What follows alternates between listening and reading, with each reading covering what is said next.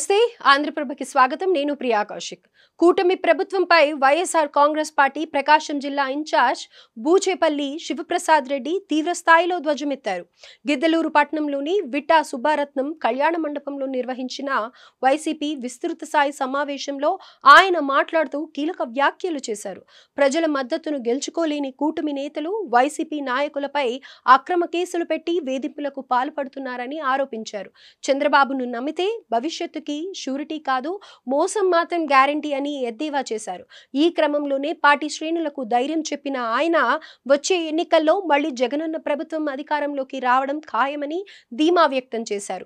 నాయకులందరికీ పార్టీ లక్ష్యాలను వివరించి శక్తివంతమైన పునర్నిర్మాణానికి సిద్ధంగా ఉండాలని పిలుపునిచ్చారు. ఈ రాష్ట్రంలో వైఎస్ఆర్ కాంగ్రెస్ పార్టీ మీద మా ప్రీతం నాయకులు వైఎస్ జగన్మోహన్ గారి మీద ప్రజలు చూపించే ఆదరణని జనాదరణని ఓడవలేక కావాలని చంద్రబాబు నాయుడు గారు వాళ్ళ కూటమి లిక్కర్ కేసులో మా ఎంపీ మిథున్ రెడ్డి గారి మీద, చేవిరెడ్డి భాస్కర్ గారి మీద, ఇంకా చాలా మంది మీద కావాలని కేసులు పెట్టేసి అమాయక ప్రజల మీద కూడా అరెస్టులు చేస్తున్నారు.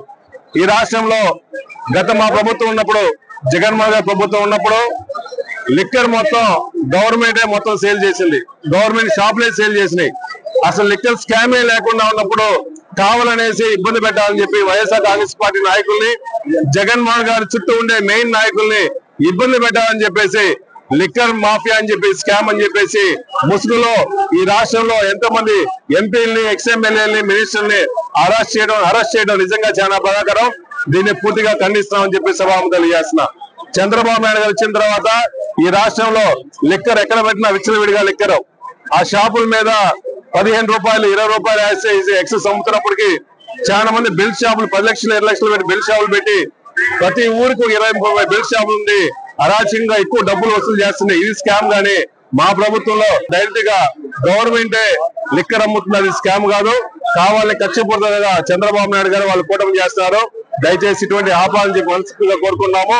మేము ఈ అరెస్టుల్ని పూర్తిగా ఖండిస్తున్నామని చెప్పి తెలియజేస్తున్నాం. ఈ రోజు ఈ కార్యక్రమంలో గిద్దలూరు కాన్స్టిట్యున్సీలో వైఎస్ఆర్ కాంగ్రెస్ పార్టీ విస్తృత స్థాయి సమావేశానికి, చంద్రబాబు మేనిఫెస్టో రీకాల్ ప్రోగ్రామ్ కి మేము, మా ఇన్ఛార్జి నాగార్జున గారు, జడ్పీ చైర్పర్సన్ గారు, బొత్తుల బ్రహ్మాండ గారు అందరూ వచ్చాము. ఇక్కడ గిద్దలూరు కాన్స్టిట్యున్సీలో ప్రజల స్పందన, వైఎస్ఆర్ కాంగ్రెస్ పార్టీ స్పందన చాలా ఎక్కువగా ఉంది.